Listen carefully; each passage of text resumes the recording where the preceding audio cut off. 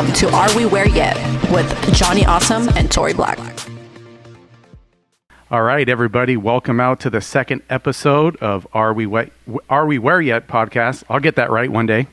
I am your host, the artist formerly known as Johnny Awesome, and we have my co-host over here.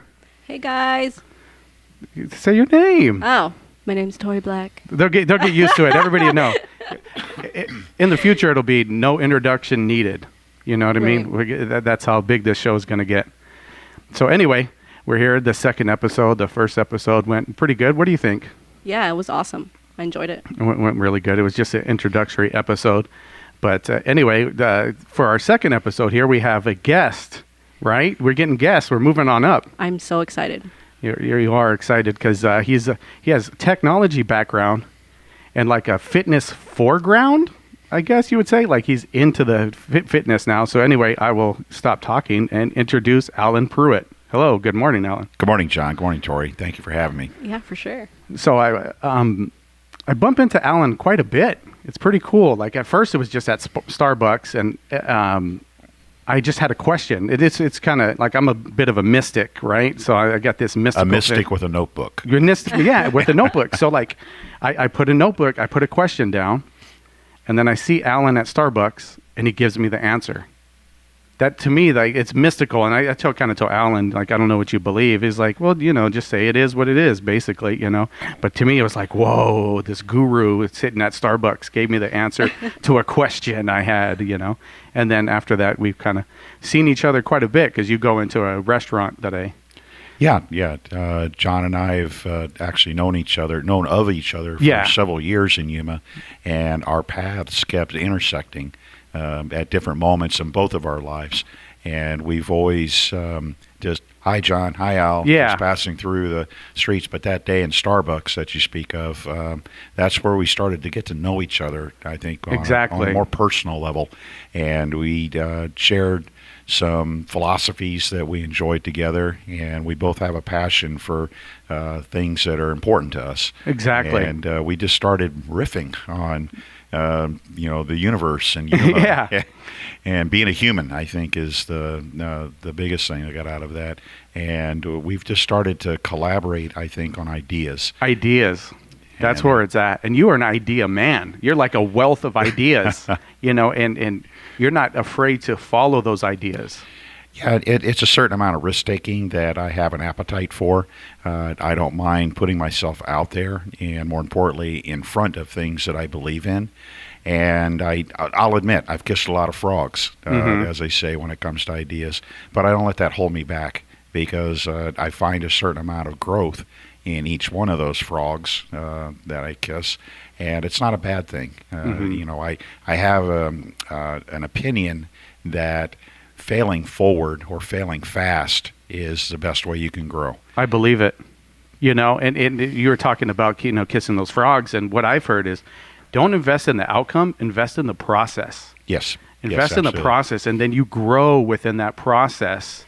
And then maybe that frog stayed a frog, it's still a toad, but then the next one, that's okay, there it is. And I learned all of these things through the process with the first one. Now I can apply it to this more successful venture, and that's something that I've had to adopt because I've failed a lot, quite a bit, And no, you haven't failed a lot, John. You've experienced a lot. Yeah. Okay. All right. You've taken experiences that have sharpened your sword or your axe, whatever metaphor you want to pick. So I like to take the failure as a word out of the equation. Okay. And look at how you've put yourself out there into the fire, come out with a few bruises, but those bruises and scars heal. They do. If you instead of picking at the scab, you get used to the idea of, well, let's just smooth over that scar. Let's get stronger. Let's grow. That's the key, the essence to it. And a lot of people use that to hold them back. I'm going to get burned. I'm going to get fried. I'm going to get cut. So, right? I think we have an ideal of ourselves that, that perfection is what people are seeking, and they're not. You have to, you can't grow as a person without experiencing a few of those failing forward, or failing fast moments in your life. Are you a life coach? No. You should be. But you are a coach. Yes, I am. So I do have. I have professional certifications, whatever that means. As a coach, I've invested heavily in myself in the last 3 years to be a coach to help people, and I think that's one thing that's attracted John to that I've been doing. How I've eased out of the corporate workplace, and I expressed to John a while back that what was missing in my life at my stage is interacting with people, interacting with you guys around this table. I came from a world where everything was distant and remote and very sterile from a technology standpoint, and what I became dissatisfied with was interacting with people one-on-one and being able to exchange ideas instead of just being someone who is sort of smart on technology ends, which at the end of the day, so what? So what? You know how to code. So what? You know how to engage, with technology. What about the people? What about the people at the other end? And that's what helped steer me into a new direction for myself. So, that's kind of what this whole podcast is about. Are we where yet? So, give a little bit of a background of where you started. You talked about technology, and that's I think how I originally met you and was introduced to you. Yes. And you were actually the first conversation we had was about those Raspberry Pis. Oh yeah. Yeah, those little kind of computers that right. and you were telling me what you were going to do with them. So your early background is in technology. Right. Yeah. I moved to Yuma from the San Francisco Bay Area in 2007 at the beginning of the Great Recession. I saw it as the Great Escape. The Great Escape. What do you mean? Well, just economically, it wasn't tenable for me to continue living and working in Silicon Valley, and I decided that in 2007 it was a good time to adjust the lifestyle because it was just, and it's still very, very expensive to live up in the San Francisco Bay Area. A place like this studio in right now, the rent on just this room would be over $3,000 a month. Oh, that's Come ridiculous. on. Are you serious? Yes. And it's just it's at a fever pitch right now. So between having young children of mine who were becoming adults, and I stayed in the Bay Area so they could finish high school and then make decisions about what they wanted to do with their life. So in 2007, everyone was in transition in my family. Kids going off to college, myself looking at where can I keep working in technology but have a saner lifestyle. By that sane, I mean by expenses. How can I control my cash flow? And just a story I tell people is at the time there was a website called salary.com, and I entered in my income, my lifestyle, different data points about what it takes for me to live in the San Francisco Bay Area, and I said, computer, where can I move to within 600, 700 miles where I could maintain my lifestyle and still have a good quality of life? And 2 locations came up: Buckeye, Arizona, and Yuma, Arizona. Are you? This is the truth. Yes. You entered data into a computer as Right. a technology guy. Right. A And then website. A website. Yeah. And you described to this computer your lifestyle, Right. how you'd want to live, and Right. it gave you those 2 options? Yes. Yuma. Wow. That's and Buckeye. insane. Another couple that we were, friends with up in the Bay Area, within 10 days, they jumped ahead of me and they took the Buckeye option. They said, went Buckeye. Buckeye. And you obviously Yuma. My wife has a lot of extended family members out in the foothills area, and we came down here for a Thanksgiving dinner, family gathering, and by Easter we'd moved here.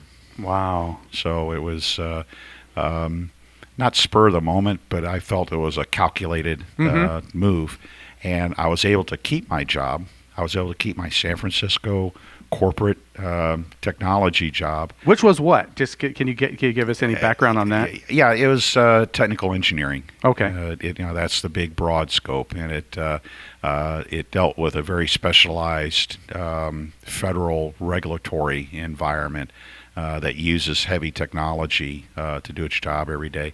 It sounds secretive. I love it already. No, I just don't know. Don't tell me anymore. I want to imagine. Yeah, it dealt with a certain aspect of the financial industry. Oh, okay. Yeah, that was data heavy, and I became an expert in that particular technology, and I was able to keep my job. And all I had to do is give 30 days notice to my employer. Says, "Oh, do you want a relocation allowance?" I said, "Sure." So, whoa, they paid for the move down here. Basically, gave me what do they call that? It wasn't a vacation. It was just a time to relocate. Okay. To transfer down here to Yuma. And within 30 days, I had everything, the technology, the computers, everything I needed to do my job in my home, and I was back to work. And it was nothing changed. My phone numbers still say area code 415, San Francisco. My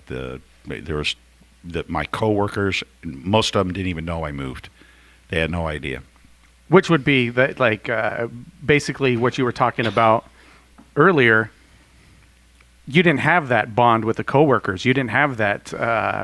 It's data heavy where you came from. It's more binary zeros and ones, and it's not that. Hey, how are you doing? Good morning. Exactly. To me, they were very sterile conversations. Mm-hmm. It was more about work product. How much product was I turning out? There wasn't the idle chatter around the water cooler. There wasn't very much interaction because everything was process driven. It was workflow. How you're being metered by how fast you're turning around projects and assignments, and just boring.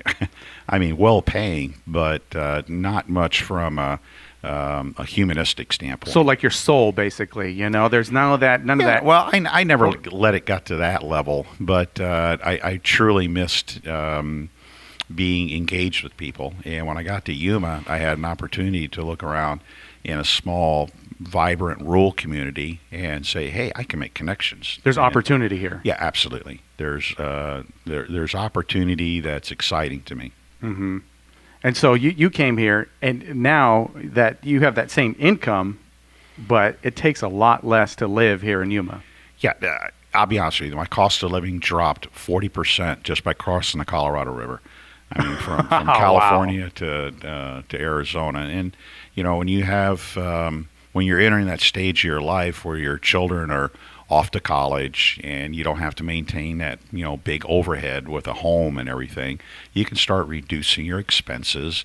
Dad's got loot now and can start investing in yourself. And I've basically been on that mission since 2007. Okay. To refine, to find that next chapter in my life. And around 2013 is when I decided that I need to start planning my exit strategy. How can Alan replace this lifestyle that he currently has with the one he really wants? So where is that? Where is the one you really want? So it sounds like you haven't arrived yet, which is, I don't believe we ever arrive. But right. Well, I had to invest heavily in the education component in myself. And that's, I'm basically a full-time graduate student now. I pursue exercise science and human performance. I'm into the thesis stage where I'm actually writing my dissertation to have it submitted and reviewed, and that whole process. But that whole being back in school and being around other people that have the same mindset as I do, wanting to grow, wanting to improve themselves, that's where I found a lot of value. And I'm a lifelong learner by choice. I don't think that any of us ever reach an ultimate end stage when it comes to learning. So I've been, particularly in the past year, I was real lucky to be awarded a fellowship that allowed me to basically put my education on steroids. I was able to attend Thunderbird School of Global Management in Glendale and finish a program up there. That was in nonprofit and voluntary services management, because I've always had a strong pull toward the nonprofit sector. It's something that I've contributed to in Yuma for quite a while through my different outreach efforts.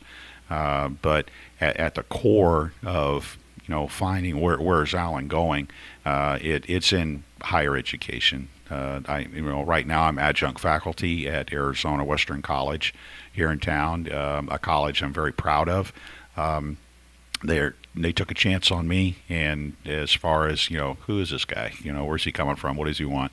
And being able to parlay all of these education experiences I've had in the past 3 years into something where I can return value, not only to myself as far as the enrichment part, but also to students that I have now. And taking, it's no secret. I probably see it on the camera here. A few gray hairs in the beard here. Some interesting life experiences, and I like to think that in this exchange of ideas and philosophies, I'm not judging where you're headed, but I can give you some ideas of what the exits look like on this highway. That's beautiful. Yeah. That's what I think life's about. And you kind of came from this backdrop of, like you said, this sterile, where there's none of that. Probably right. There's just it's just how much you can produce. You're just a production. You're just part of a cog in this machine. And then now you came to this life. So now you're doing fitness. Fitness is kind of the direction you have, and that's obviously directly linked to people, because you're helping people get fit. Yes. So in the little bit I've learned, and one of the guys you told me to look up was Simon Sinek. Yes. Yeah. Simon. And so it's kind of interesting when you work with people, and when you have that engagement, your serotonin, there's actually chemicals in your body that actually thrive and go up. So there's this whole cool biological exchange that happens as well. Yeah, I'm glad you brought up Simon Sinek. He's my muse right now, and he has a standing catchphrase that he'll repeat over and over when he's engaging with people, and it's this: people don't buy what you do, they buy why you do it. And that resonates with me every day. People have to see, they have to feel that coming from you. Alan's why, I get it. I understand why he's doing it. I'm not really interested in what he's doing, but why he's doing it. And I try to project that onto my fellow students, my coworkers, John, Tori, to let you know that that's really the key to understanding, why people interact. All of us are looking for the why in people that we engage with. Why do they do that? Why do they believe that? That has, in it. If you follow Simon Sinek, he leads you through this understanding that we're biologically wired that way. That's what I was talking about. So there's this biology in us to want to interact with people and have that why, because that's the thing that you were missing. As in this technology world, you didn't have the why. Maybe you could have a nice house, you could have live in the Bay. There's certain things, but that didn't totally connect with the deeper part of who you are. Yes, correct. And Simon Sinek does have a podcast out there that was from about 2009 on TED Talks. And if you go look up on the internet on YouTube, you'll find it. And just Simon Sinek, start with why is the title of it. But that 14 minute speech that he gave on TED Talk, he's parlayed that 13-minute presentation into a multi-million-dollar book, podcast, incredible live workshops. He's at the Pentagon. He's at top universities. He's in think tanks all over the world, just driving home that message over and over. People don't buy what you do; they buy why you do it. So then, now where you're at, you would say you have this drive to help people get fit. And so, what is the why? Why would you want to help somebody work on their fitness? Well, not so much their fitness, but humans. Again, going back to that biologically, we were designed at a DNA level to move. Okay. Get up and move. And it doesn't matter if you're walking the dog, if you're in the Hawaii Ironman triathlon, if you're swinging a kettlebell, like Tori and I were speaking before we went on air. We were purpose built at a DNA level to seek movement, and that's my goal at the end of the day is to help. My tagline is I like to help humans move better, live longer, and play smarter. Okay. And that's my philosophy that I've learned for the past 3 years. So, for instance, I work with athletes. I work with high-level athletes at the college, and I try to give them that benefit of life experiences, but also that they have this God-given talent, already to be, great athletes. But in the long term, I try to tell them that, 5 years, 10 years, 20 years from now, you're not going to be that star athlete on the court or in the newspaper or, on the evening news. But you need to keep this work ethic with you that you've learned in being an athlete to be able to keep moving. And that's, mentally, spiritually, financially, you need to keep moving. And I try to project that through not only, as an example of my lifestyle, but to encourage people that get off your couch, please. Go outside, connect with people, connect with nature, connect with your dog, connect with your kids. But, you can do that. And if you take out the sweaty, I'm going to hurt, that's going to, that sucks. The part I think about, basically, Tori's like, yeah, that's it. I told John, you need to get to the gym. Yeah. And I haven't went yet. So I need to. I go for walks. Well, that's good. That's good. That's good, right? It's the movement part. Yeah. We weren't wired to sit in chairs. And, that's part of the problem as a culture is, you look at the industrial, and here I'm going off on a tangent, but look what the Industrial Revolution has done. Now, we're talking about a process that's been we're way beyond. We're into Industrial Revolution 5.6 right now. But what it did is it took us out of our normal active jobs, working in the farms, not having mass transportation, and the industrialization of the workplace taught us to do one thing really well. We're doing it right now, sitting around this table. Yeah. Sit. Sit. Sit. For generations, for decades, we sit, and our bodies were not designed for this posture, sitting in a chair. And we were wired to stand up, to move around, to be active, and that, the sitting part, there's certain occupations where sitting is essential, but that doesn't mean it's good for us. We can get a stand-up desk, though. Yes. Alternative. One thing that I bought in, I'm glad you brought that up. Standing is, if you look at the holistic fitness approach, it's probably the most basic thing you can do to improve your health is stand up. Get a stand-up desk. I had one of my students who's a longtime employee at the college come up to me Thursday morning excited that I told her, you need to ask for a standing desk. That's the first step you need to take in improving your health and everything. So ask her employer? Right. And okay. The employer said yes.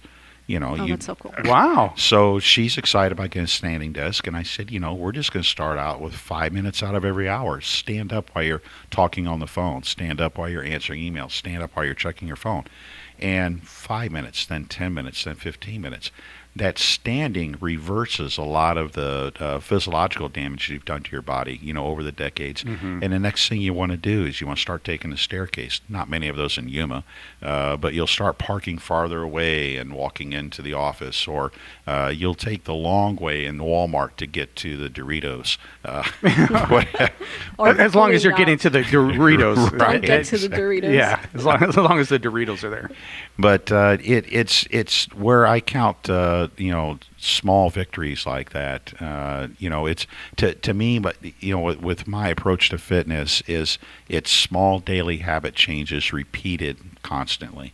I'm not asking you to go out and put way high on your list of accomplishments is I'm going to go out and I'm going to place in the top 5 of the Yuma Territorial Marathon, or I'm going to go run in 3 months a triathlon in San Diego. That's great. I'm proud of you. Those are lofty goals. But if you could commit every day to one small daily habit change, that the effect of making those small daily habit changes, when you compound them, will have a much greater impact on your overall lifespan and lifestyle than saying, "Oh, great, I placed third in the marathon. What do I do now?" So I'd rather people to be aware that your body needs constant attention, and you can do that through, like I said, small daily habit changes. And from what I've learned through, again, back to the biology, those little small habits release that serotonin, those good chemicals. You start to feel better little by little. So it's almost like a treat that your body gives itself for doing these good things to make you want to park a little further away, take the staircase, and do those things. So your body is already rigged to give you that incentive to do those things. Yes, absolutely. And we crave that. We crave that movement. And that's probably the best gift you can give yourself, is that motivation to go out and spend time on yourself every day. And it doesn't have to be, oh my gosh, this big planning cycle to go to the gym or a fitness center. I need all this gear. I need to make excuses why I can't go to this event or that event. And if you take that, look at it as an obstacle, then you start defeating yourself right out of the gate, everything. But if you can commit to just one small daily habit change, here I'm going into a repetitive mode here, all of a sudden you start doing a lot of that stuff on autopilot, as far as I'm concerned. And you just start improving one habit at a time. Yeah, I heard recently that in the Guinness Book of World Records is a guy that ate an entire bicycle. Good Lord. He ate an entire bicycle, the tires, everything, but he ate it bit by bit. Little pieces at a time. He would melt it some down, and but he consumed an entire bike, which I'm not recommending any of us do in this room or anybody listening. Terrible. Rigo, don't do it, please. Rigo, don't do it.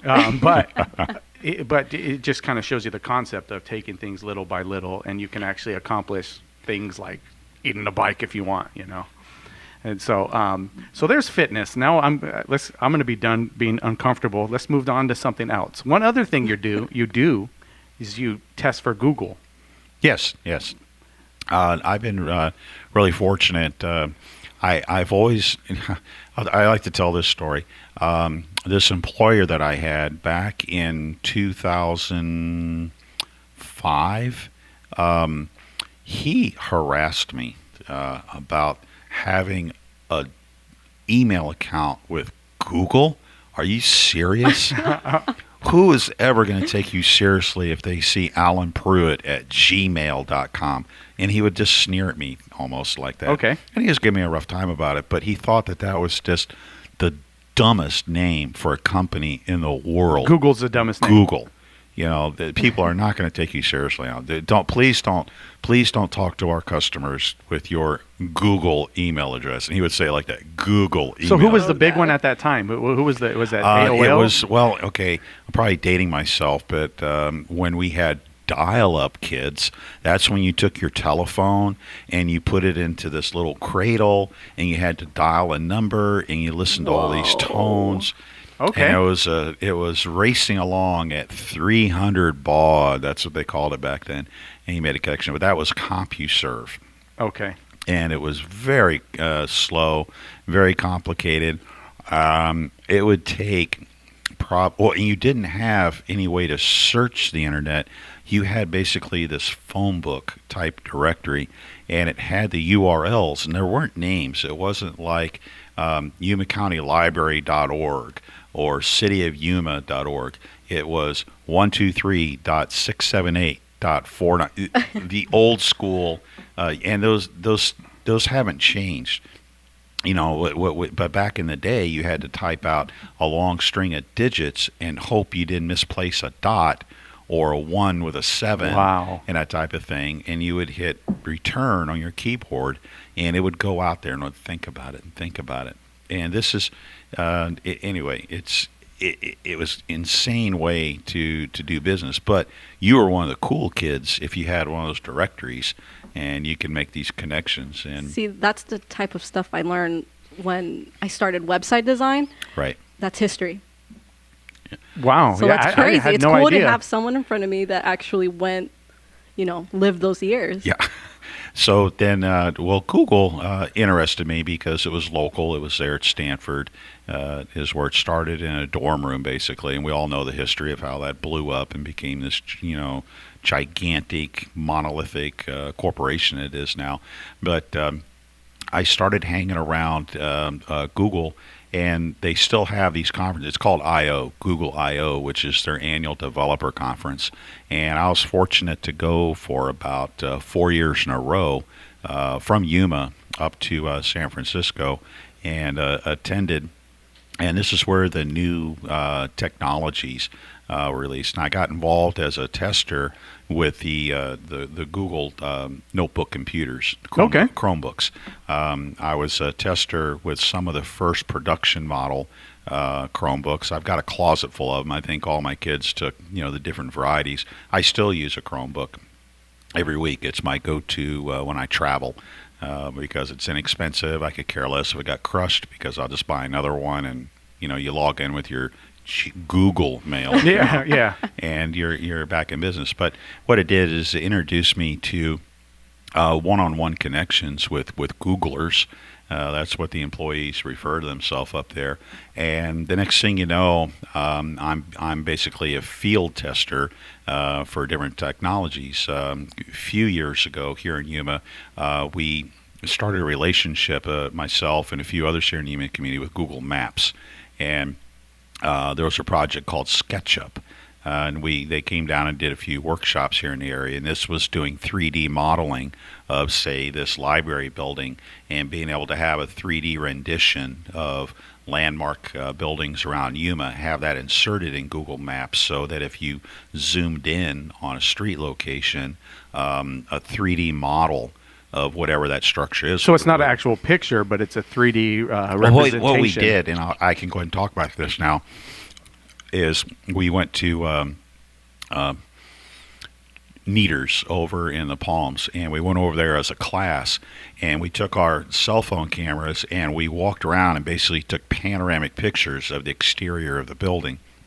And then we uploaded the pictures that we took into SketchUp, and we were able to stitch together the photo montage and create 3D models of the buildings, and take that 3D rendering, that's a virtual rendering, and match it up with the geo coordinates for that location. Wow. In Google Maps. So that was probably the first live project that I did with Google. I've been involved in several others. A lot of the early model Android phones. I would come home from Google I/O with 2 or 3 in my bag, and would just go out and try to break them. Not physically break them, but to really overload push the them. boundaries, test the limits. Exactly. And they report back. What's happened is my experience with Google are several to today. As a matter of fact, the project I'm involved right now is called Project Baseline with Google, and this is a digital health program that's FDA approved, and Google, Apple, and a few. Google has its own life sciences company called Verily Sciences, and what the tagline is what they did for mapping of the world. They want to map the human genome, and I'm involved in that project now with them. That sounds scary. I know. Well, but cool, but still scary. Intrusive. And Project Baseline that I'm involved in it's wearable medical technology. The part of the project I'm involved in is developing a watch that for diabetes. Okay, so that's cool. that's what I wanted to get to. I think we were talking, and then you were showing me that something you have to inject into your body. There's like a syringe, and you got to inject it into your side. It was like a microchip or something. I was yes, it was a sensor. Okay. That I just they're sending me my new set on Monday, but it is a sensor that I wear that's made it up to my phone. Google has taken over my phone. There's some proprietary software on here, but my body talks to the phone. Okay, through the sensor. Through the sensor, which is like a microchip, right? Yeah. If you've ever chipped your pet at the veterinarian, something similar. Yeah, I should have brought it with me because it looks absolutely medieval, this injector. Oh, that's so cool. But we could see it on your Facebook, right? Yes. You do have pictures on your Facebook. Yes. And how would one find you on Facebook? Alan Lee Pruitt. I'm not hard to find on Facebook. I'm an open book, public view. A lot of my interest and things I explore are on there. I don't, I'm not controversial, and I like sharing my digital life. And now I'm sharing my digital health with this large conglomerate that involves Google and Stanford University and the FDA. But in time, what'll be developed is a watch that you'll wear that will be able to sense if you're diabetic your blood sugars through your skin. And I'm wearing a similar watch right now that has an array of lasers on the back of it that can sense different things in my body.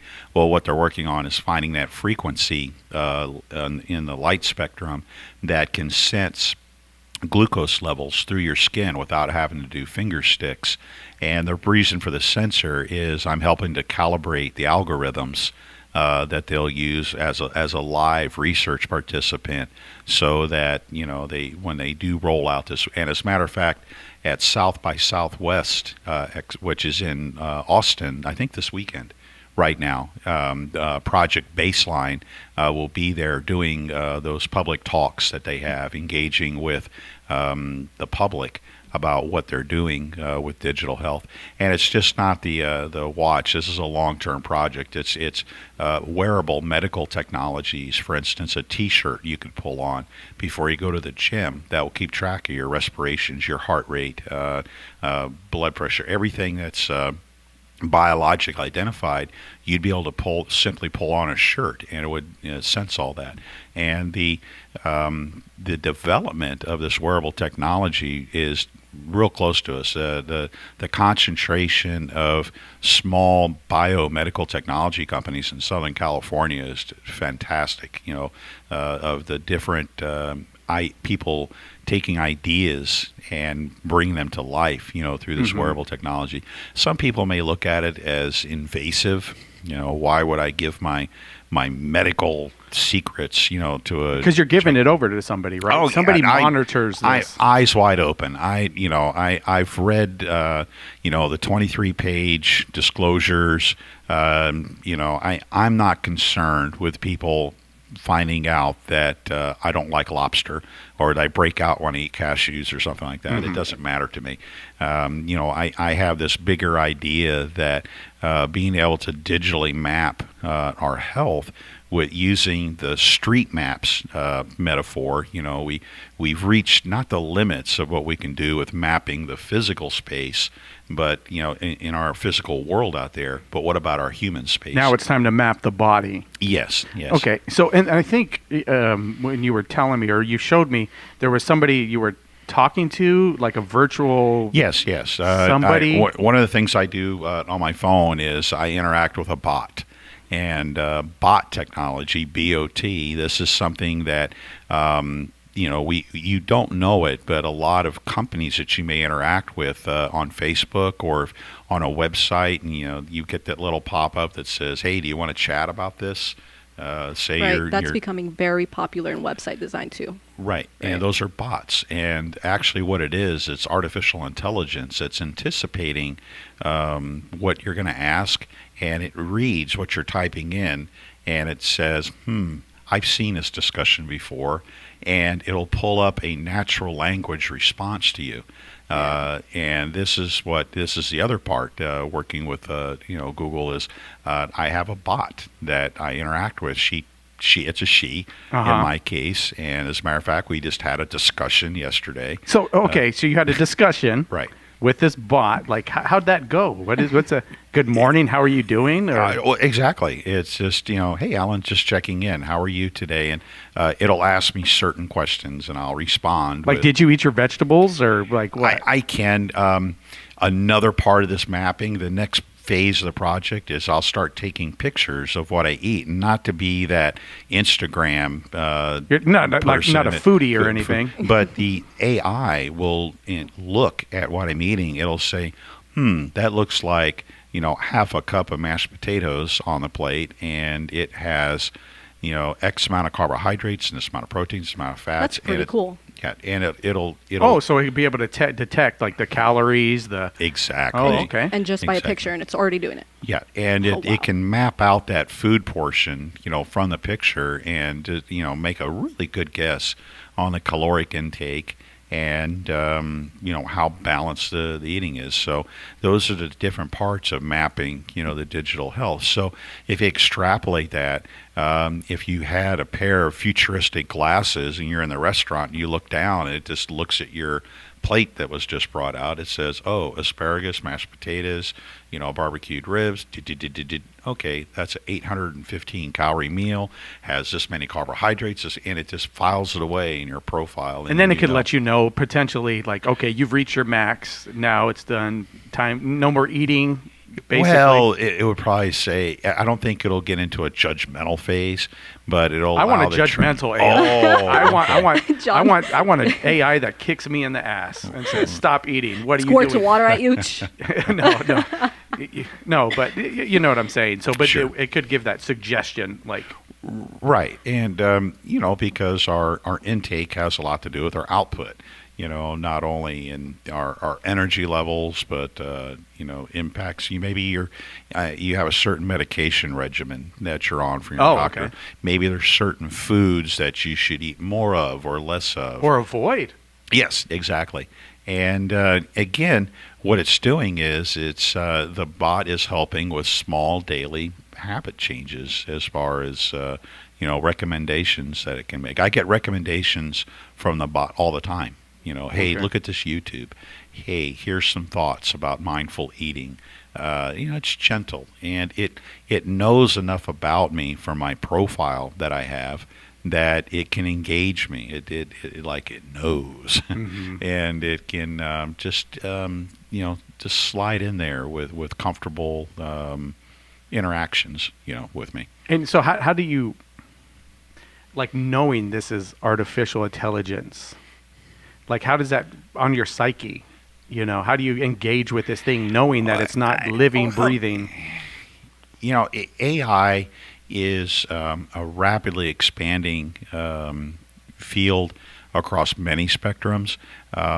Just to give you an example, this week in Arizona, they had, at least in the Phoenix newspapers, how Uber driverless trucks are now transiting across Arizona, point to point on the highways. And it's using artificial intelligence. I didn't know that. Yes, it's Uber's taking our state has been more liberal than California was on some of the regulatory environment for artificial intelligence with driverless technology. That's an example of AI reaching into a space where trucking, which has it's a heavy human-dependent activity. Now we're able to use artificial intelligence that doesn't need to sleep, doesn't have to take mandatory rest breaks, doesn't have to pull over to service both themselves and the truck. These loads are moving across Arizona without any drivers, and that's kind of futuristic and kind of scary at the same time. But it's kind of groundbreaking because it could change overnight an entire industry that's been around since the Model T, where we're taking a repetitive activity, truck driving, moving freight and everything, and putting it into the hands of technology that says, I know where to go. I know how long it takes. Yeah. I know how fast to go. Leave me alone, Dad, and take over. And that's if you go up to Tempe right now, you do have driverless Ubers. That on certain nights in downtown Tempe, you call up an Uber. And nobody shows up. Well, it shows up. It shows up. Nobody doesn't make it there. And your phone says your Uber has arrived, and you step in. You kind of look outside, and there's a car. Well, no, actually, your phone will buzz and say Yeah. your Prius is here, and you look out, and there's like 19 Priuses going up and down in Tempe. But that's the we're becoming we're adapting to artificial intelligence. It's becoming okay. Okay. In a lot of spaces. So in my case, I'm okay with AI being part of my digital health mapping or picture. Now, AI can't say take this medication this many times a day and this type. You still need that human. I'm only going to take. I'll take medical suggestions from AI. Mm-hmm. I'm not going to take a treatment plan. Maybe the treatment plan will be recommended to a provider, and in a certain sense, the data that's being collected by me, I'll admit, I met with my primary care provider in person yesterday, and I brought a 14-page report about what's going on inside of me that my phone provided to the printer because of that.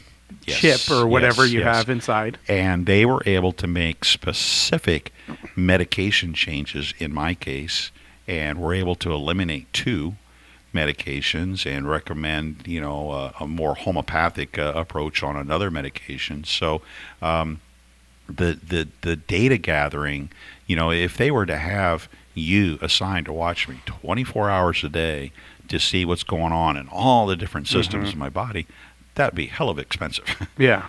For anybody, and be intrusive. I mean, John, get away from me. Yeah, exactly. I've had enough of you and your jokes. Put your pen down. Put your pen down right now. That's all been taken over. They're teaching, like I said, they're mapping that, those normal responses, in our body. And it, just to put a bow on it, the outcome 4 years from now will, technically anyone should be able to go into an Apple store, maybe Walmart, I don't know, and the Fitbit will be like, what? Are you kidding me? And it's like, holy crap, that thing on my wrist can do all this, and it can, it can interact with my doctor, and, hell yeah. So, okay. Right. So here, wrapping up, where are you willing to take it?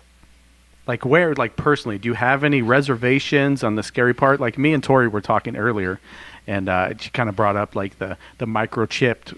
I don't know if you want to explain it or. No, yeah, my brother, he mentioned a long time ago. It was like 10 years ago, and he was like, "They're gonna invent microchips, and they're gonna put them inside of you, but that's the 666 and stuff like that." And I mean, technology going bad. What's your so where are you with that? Like where are you if somebody came to you, if Google came to you and said we would microchip your brain, would you do that? Like would you have this exchange with your mind and Google? Or what's the limits? Or I'm just curious. I think that the limits would be how comfortable am I with intrusion? That's what we're talking about. How private is my private space? Do I want to surrender my thoughts to a monolithic grid of computers? Nah, I don't think so. Okay. But would I be willing to contribute to a project that would help map human health with the same approach that we use to map our neighborhoods and teach us to be more efficient with driving, or be able to make announcements about events on Facebook or Google or whatever? Would I be willing to take a smarter approach to health? Oh, sure. I study health and exercise, full time, and I could see where as we said in the military, and I have a military background, it'd be a force multiplier. There's so many data points in our body. Is how do you efficiently grab the most important data points and be able to make sound recommendations about because at the end of the day, you got to look at this. I don't think we're there yet. We're where the machine can say, I think you should do this or do that to help improve your health. I think that's where I draw the line. I would have to hear that from a human that has medical expertise that can interpret the data and take those recommendations. But I've seen over the past year where my genome has already been mapped out. There's genetic health factors that I have that are being aggressively treated probably 3 decades before I'll see changes in myself because of these genetic health things. Wow, That's insane. So that's where I'm letting that part of my health be known. I signed on for that. I kind of know it's over the horizon from a statistical standpoint, from a genetic standpoint, but it's being taken very seriously at Stanford and with the VA, with the healthcare system, and they're doing things right now that are getting ahead of that because we don't know what we don't know yet, and that's I trust that I'm making the right decisions about this, and it's I'm not surrendering my soul. Certainly certain pieces of the data, but I'm a data guy. You're a data guy. Yeah, so I know what data can do. I know what data-driven decisions can do with things like finance and manufacturing and transportation. Why can't you use data to help you make better decisions about your health? So as long as it's in that health space, you're kind of comfortable with it, and it's for the good use. Which, once you said that you were able to bring in these documents, and they took you off of 2 medications and gave you a homeopathic. Exactly. To me, that brightened me up. That's like that made me happy. Right. Because you're a friend of mine, and it's like, okay, I like that. That's like, you don't need this anymore. That actually probably hurts your body if you prolong this. Exactly. And now we're going to try this other process to get you better. That made me happy. So ultimately, it can prevent you from getting like diseases and stuff like that. I think what it does is it helps tip the scale in another direction. I don't think you can. I think you can forestall some diseases. Some you're not going to have any choice. That's your destiny. But you can reduce the impact, and that's what I'm doing right now. Is I'm reducing the overall effects. I know through the prism certain things that I can take actions now instead of 20, 25 years, 5 years from now saying, oh crap, I've been dealt a bad hand, what am I going to do? Well, I already know what some of those cards look like, and I'll give you an example is cancer detection. The FDA this week said that certain companies out there, and I won't say them on air here, if they have a customer, these are genetic research companies that wants to know at a genetic level, am I going to, what is my risk factor for certain terrible cancers? Is it okay to tell them? The FDA said, yeah, sure. If they consent to wanting to know what their chances are of having a certain cancer occur in their life, then have at it. It's kind of scary. It's like knowing everything. And so like my cynical mind, right, it goes to the place of, once a corporation takes a hold of these things, and like I've had certain jobs I had to take a UA, a piss test, whatever you want to call it, before, make sure I wasn't doing drugs. like I'm thinking in the future, these companies like, well, we're going to want to get into your genome and see if you have the potential for these diseases to Correct. see if you're going to be a good lifelong fit for this company. And then they could go and they see like, no, you probably got a good like 15 years and we need a 30 year. So we're not going to hire you, even though you're good for the job, but they're making this long-term investment based on your perceived health, you know? Right, and Wow. that's tricky, untested ground right now, and that's certainly where the emotional responses are going to be, and the legal challenges. But right now, the wind is blowing in the direction that you're in charge. You as the customer, you as the patient, as the individual. For now, you have control, at least, of being notified, of knowing certain things about yourself. Does the machine, can it be through legal processes, through hijacking, through all sorts of terrible things? Could that information get out? Sure, anything can get out.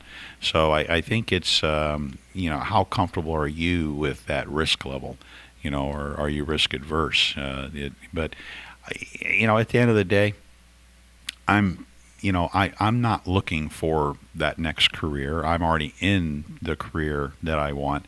It would not significantly impact me if someone went, "Oh my gosh, Alan, wow." Whatever, XYZ, yeah. Yeah, I'm not gonna. I'm armed with the information I need to make my life choices, and I'm good.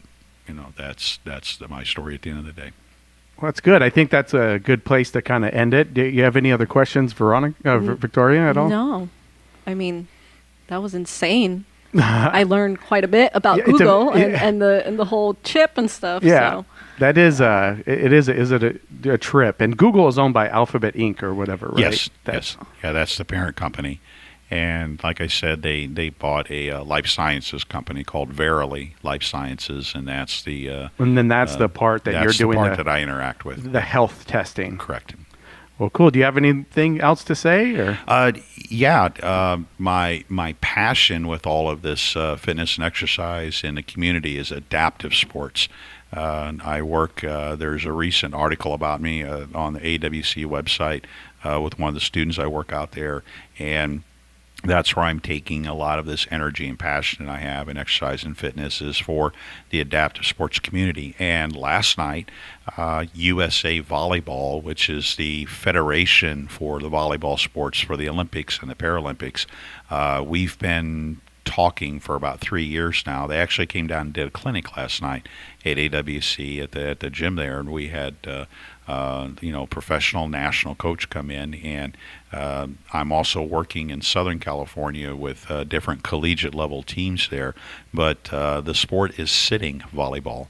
And this is great because it's inclusive, and that means that physically disabled, able-bodied, and the wounded warriors can all participate literally on a level playing field, which is sitting down on a volleyball court. I could do that. Yes, I think can. I'm. That sounds. You showed me the Yeah. pamphlet. You came Yeah, in. You showed me the exactly. pamphlet, and I'm like, there's pictures of people sitting. Like I could do that. Yeah, and the we will have them back here. What USA Volleyball is trying to do in Arizona is to develop intramural play between Yuma and Prescott or Yuma and Tucson, and this is just regular folks like us who are getting off our couch and go have fun. What struck me, and I told this to everyone at the end of the clinic last night, was all you hear, and I'll show you on my phone here, is laughter. And when I go to Southern California, when I go to Long Beach, when I go to Palm Springs, when I go to San Diego, that's the common thing you hear through the entire game is the laughter, because it's silly. You're sitting, but you're a 6-year-old again. That's what I like, and you're having fun. You're not. Everyone's reduced to exactly the same level, approximately 3 feet off the floor. Whatever the height is between your butt and the top of your head, and it was just insane at how people were learning a new skill. It took about 40 minutes just to learn the parameters of the sport, which aren't many, the different rule changes, and then just start hitting, start engaging. And people aren't lawyers and attorneys and pilots and farmers. You're out there with your fellow humans.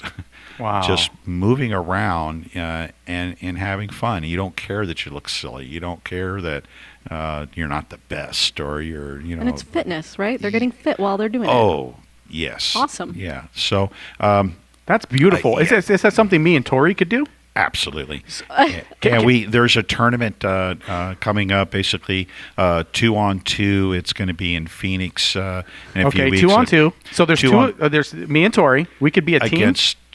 Against two other players. The net is only about 3 feet high off the ground there. And once, it'll take you 10 minutes to figure out the rules. There's like 6.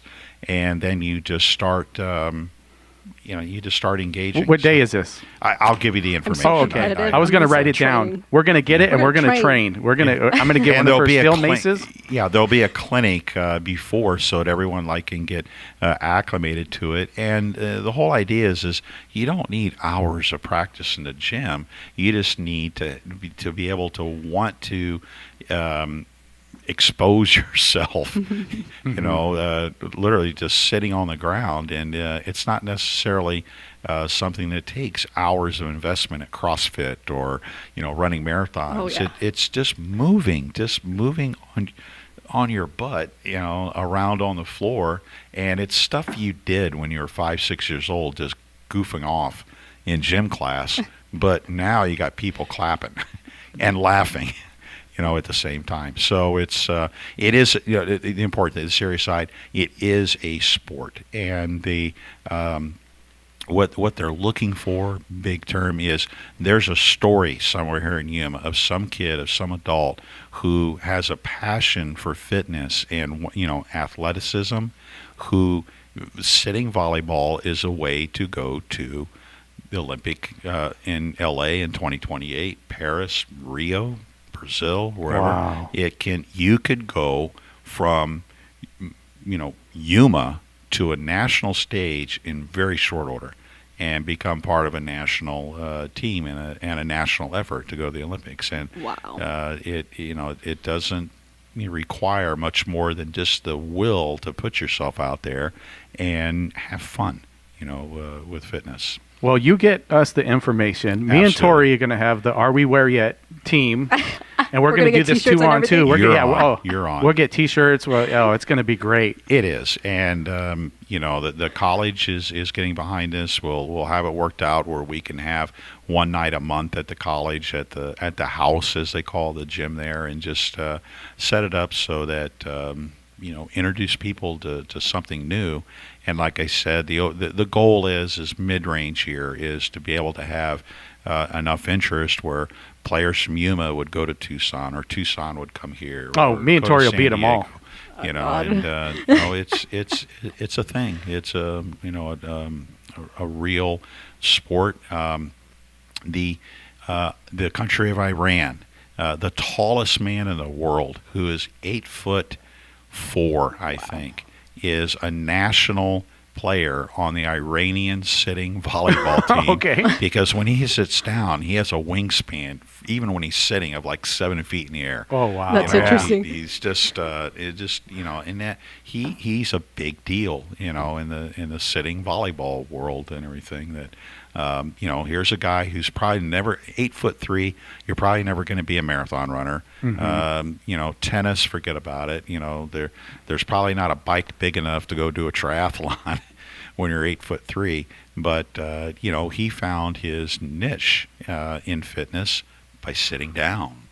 God, how revolutionary! That is so cool. I am so glad I asked you that question. If you had anything more, that's. Yeah. And I think that's open to the public, or is it just going to be for students? Oh no, open to the public. Oh, cool. We were hoping that we were competing this time of year. Yesterday we were competing with a lot of things around town, but give it time. We'd like to make it a thing at the college where we could have a drop-in clinic, start off with once a month, and just like I said, just it's something new.